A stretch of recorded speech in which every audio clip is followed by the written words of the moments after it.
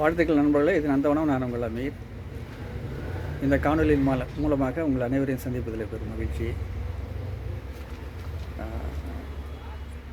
இன்றைக்கு நாம் இந்த செடிகள் சம்மந்தமாக, செடிகளுக்கு உருவாகிற நோய்கள் சம்மந்தமாக சில டிப்ஸுகளை என்னுடைய அனுபவத்தில் உங்களுக்கு பகிர்றேன். உங்களுக்கும் பல அனுபவங்கள் அதில் ஏற்பட்டு இருக்கலாம். இதை பாருங்கள், உங்களுக்கு முன்னால் இது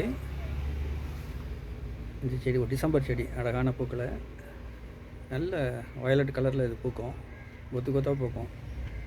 நான் மாடியில் வச்சுருக்கிறதுனால சொல்கிறேன். இந்த செடிக்கு பின்பக்கம் வெள்ளைப்பூச்சி தாக்கி இருந்தது. நான் கட் பண்ணேன், இப்போது எல்லாத்தையும் கட் பண்ணியிருக்கேன். இங்கெல்லாம் வெள்ளைப்பூச்சிலாம் தாக்கி இருந்தது. நான் என்ன செய்தேன்னு சொன்னால், இது மாதிரி நாரோ அல்லது ஒரு க்ளவுஸோ இல்லை இது மாதிரி ரஃப் ப்ரஷ்ஷில், பெயிண்ட் ப்ரஷ்ஷு, இது மாதிரி ப்ரஷ்ஷை எடுத்து எல்லாத்தையும் நீங்கள் இதை ரிமூவ் பண்ணிவிடுங்க.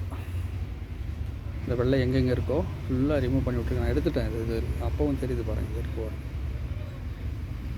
அந்த வெள்ளை பகுதிகள் எல்லாத்தையும் எடுத்துருங்க. இந்த பூச்சியினுடைய ஒரு தன்மை என்னன்னு சொன்னால், இந்த வெள்ளை பூச்சியினுடைய ஒரு தன்மை தேன் சுரக்கம். இது தேன் எறும்புகளுக்கு கொடுக்கும்.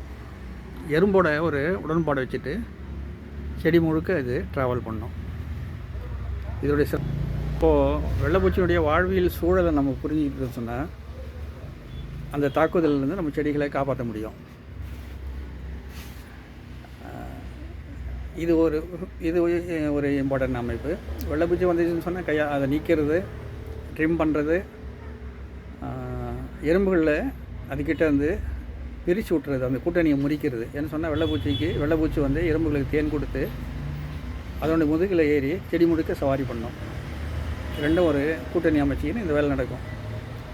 ஒரு கட்டத்தில் சாறு உறிஞ்சு பூச்சியாக மாறிட்டு தண்டுகளில் படிஞ்சு மொத்த செடியை அது கபலீகரம் செய்திடும். செடியை காப்பாற்றுறது ரொம்ப சிரமம். அப்போ இந்த வெள்ளைப்பூச்சியோ இல்லை மற்ற பூச்சிகளோ, என்னோடய அனுபவத்தில் நான் என்ன பார்த்தேன்னு சொன்னால், ஒரு செடியை புறக்கணிக்கும் போது அது நோய் தாக்குதலுக்கு ஆளாகிறது.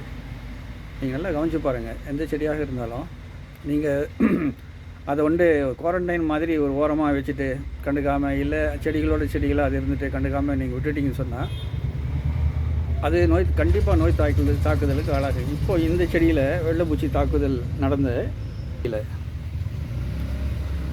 பாருங்கள். இப்போ தான் நான் ரீபார்ட் பண்ணேன். ரீபார்ட் பண்ணேன். சின்ன ஒரு தொட்டியில் தண்ணி கூட ஊற்றாமல் நான் அது உள்ள மண்ணில் இருந்திருக்கேன். அதாவது செடிகள் மத்தியில் வச்சதுனால அதுக்கு தண்ணி கூட வசதி இல்லாமல் போயிடுச்சு. இப்போ நான் எடுத்துகிட்டு பெரிய கவருக்கு மாற்றி கொஞ்ச நேரத்தில் நான் உரம்லாம் போட்டு தண்ணி கொடுத்து அது சரி பண்ணிவிடுவேன். அப்போது நோய் தாக்குதலுக்கு முதல் காரணமே சொன்னால், நம்ம செடிகளை புறக்கணிக்கிறது, சரியாக கவனிக்காமல் இருக்கிறது, செடியாக நாளாக இதாக வச்சிருது, சரியான பராமரிப்பு இல்லாதது, காலங்காலத்துக்கு அதுக்கு அதாவது நேரம் தவறாமல், அதோ 2 வாரத்துக்கு ஒரு வாட்டியோ இல்லை மாதத்துக்கு ஒரு வாட்டியோ உரம் போடாதது, இப்படி நாம் அதை கண்டுக்காமல் விடும்போது தான் நோய் தாக்குதலுக்கு ஆளாகுது. குறிப்பாக வெள்ளைப்பூச்சி தாக்குதல் இது மாதிரி தான் நடக்கும்.